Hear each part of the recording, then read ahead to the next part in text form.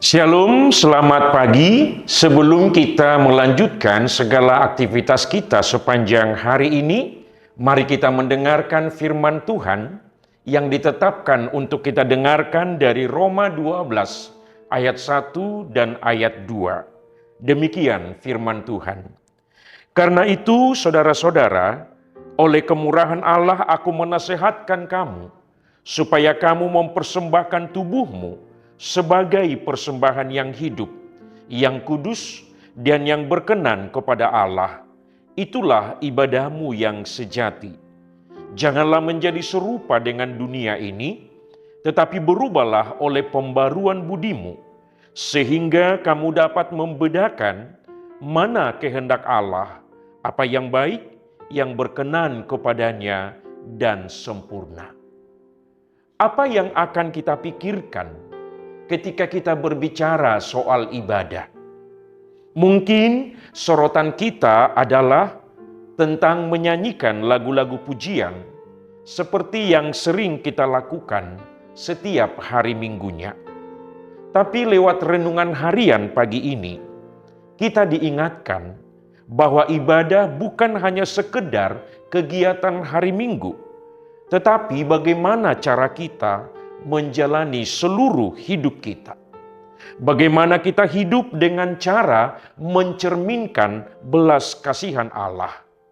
Dan secara spesifik lagi dikatakan bahwa ibadah yang sejati adalah mempersembahkan tubuh sebagai persembahan yang hidup, kudus, dan berkenan kepada Allah. Menyerahkan seluruh hidup, tindakan, dan anggota tubuh untuk melayani Allah, itulah ibadah. Sejak semula Allah telah memerintahkan seluruh umatnya untuk beribadah kepadanya. Karena memang Allah patut mendapatkan sembah sujud dari umatnya, karena segala perbuatannya yang besar telah ditunjukkannya.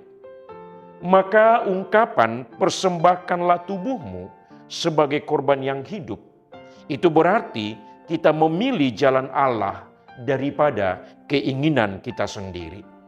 Itu mengajarkan kita untuk menyerahkan tindakan, pikiran, dan juga keputusan kita kepada Tuhan. Inilah cara kita untuk merespon sekaligus menanggapi belas kasihan yang telah Allah tunjukkan melalui anaknya Yesus Kristus. Saudaraku, dengan demikian, renungan harian pagi ini mengingatkan kita orang-orang percaya bahwa kita tidak sekedar mengejar kesuksesan pribadi, kesenangan, atau kenyamanan hidup.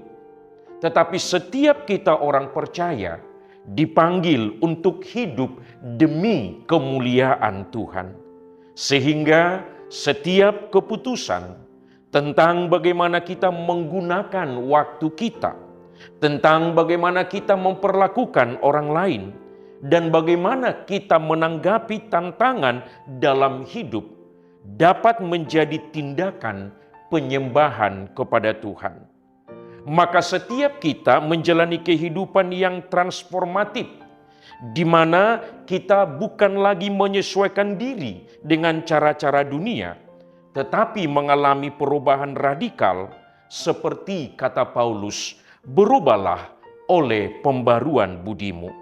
Artinya ada pertumbuhan dan pembaharuan secara rohani oleh kuasa Roh Kudus, sehingga kita orang percaya hidup sesuai dengan kehendak dan kebenaran Allah sendiri.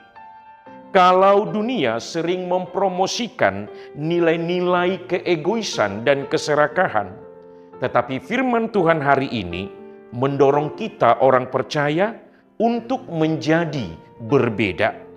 Kalau dunia lebih memprioritaskan kesenangan pribadi, materialisme, atau validasi orang lain, tetapi kita orang percaya harus merangkul kehidupan yang mencerminkan karakter Kristus.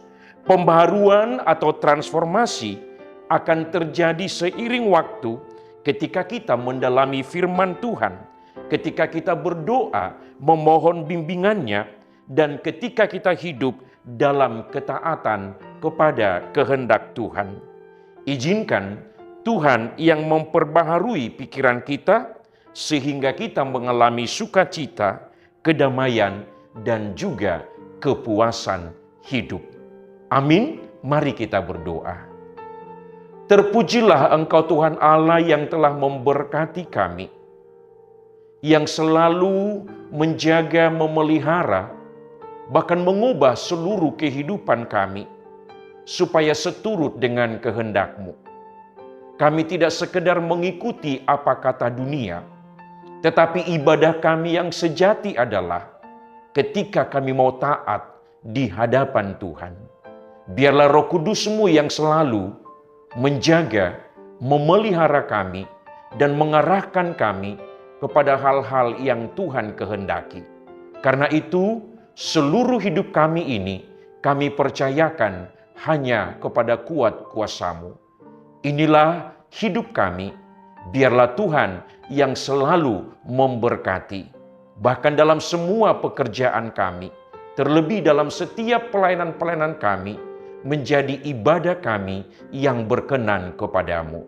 Dengarkan doa kami, hanya di dalam nama Tuhan Yesus Kristus kami sudah berdoa dan mengucap syukur.